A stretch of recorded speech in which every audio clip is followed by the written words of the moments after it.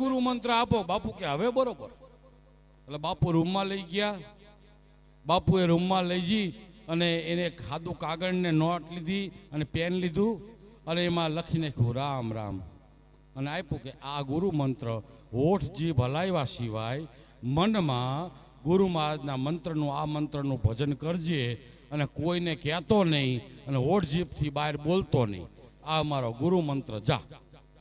હવે આ ગુરુ મંત્ર લઈને જીયો બાપુ અને વહેતો થયો. અને એ સમયે હાલીને એક ગામથી બીજે ગામ જવાય.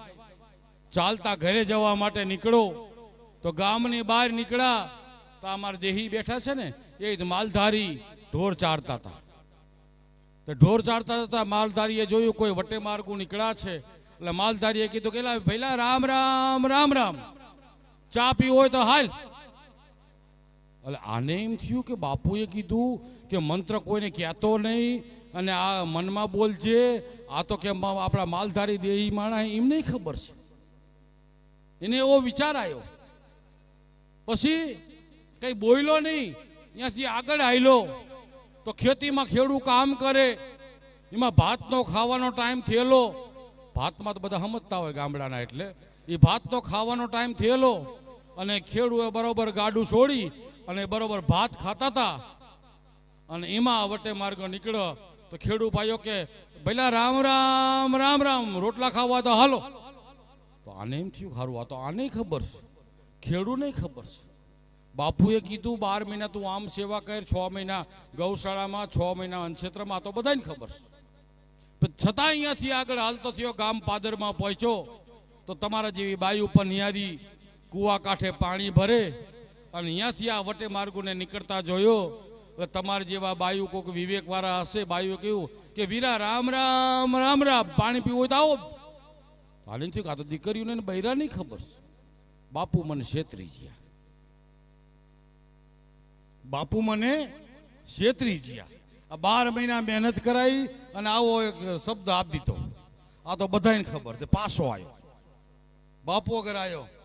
બાપુને કે બાપુ તમે 6 મહિના રવડામાં સેવા કરાઈ, 6 મહિના ગૌશાળામાં સેવા કરાઈ અને ખાલી રામ રામ લખી આપ્યું, આ તો બધાને ખબર છે. બાપુ કે તને એમ નહીં સમજાય, મારે તને સમજાવવા માટે કોઈ રીત અપનાવવી પડશે. બાપુએ એક રીત અપનાવી. બાપુએ પોતાની ઝોરીમાંથી એક સુંદર મજાનો લાલ કલરનો હીરો કાઢ્યો ઝોરીમાંથી અને આને કીધો કે ભાઈ આ હીરો લઈ અને તું બજારમાં જા. આ હીરો લઈ તું બજારમાં જા, એની કિંમત કરાવવાની પણ વેચવાનો નહીં. અને 3 જગ્યાએ જવાનું, એક શાક બકાલાની દુકાને, બીજું કરિયાણાની દુકાને અને ત્રીજું ઝવેરીની દુકાને. સાંભળજો વાત. પછી આર્યો લઈને જ્યો તો પેલા શાક બકાલા વાળા આવ્યા. ત્યાં જઈને કીધું શાક બકાલા વાળાને કે ભાઈ મારી પાસે એક હીરો છે, જોવો ને મારે આપવો છે.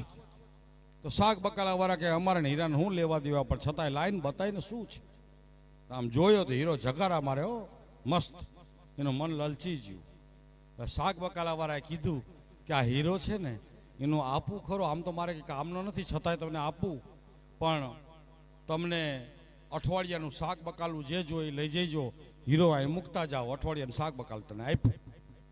આ કે મારે વેચવો નથી. ત્યાંથી આગળ ગયો તો કરિયાણાની દુકાન આવી. કરિયાણાની દુકાને ગયા. આ ભાઈએ કરિયાણાના વેપારીને કીધું કે શેઠ, તો કે હા મારી પાસે એક હીરો છે, વેચવો છે. શેઠ કે ભાઈ અમારે હીરાનું શું લેવા દેવા, પણ બતાય તો ખરો કેવો છે. એટલે શેઠિયાએ બતાવ્યો શેઠિયાને. તો શેઠિયાએ જોયું છોકરા મોટા થઈ ગયા છે, કાંઈ સવારે વેવાઈ વેલા કરવાના છે. શોકેસમાં આવો હીરો પડ્યો હોય તો વેવાઈ એમ થાય બાપુ પૈસાવાળા છે, તો હમણાં છોકરાનો સંબંધ ન થતો ને તો થઈ જાય. એને એવી લાલચા જાય ગઈ. તો એને કીધું કે ભાઈ આમ તો કામનો નથી, છતાં હીરો રાખું તો અને મહિનાનું સીધું જે જોઈ મારી આગળ લઈ જાય છે. આખે મારે વેચવો નથી. તો અહીંયાથી આગળ ગયા એટલે આ બાજુ ઝવેરીની દુકાને પહોંચ્યા. ઝવેરીની દુકાને જઈને બેઠા. ઝવેરીને કીધું કે શેઠ? તો કે હા, મારે આ એક હીરો છે, વેચવો છે.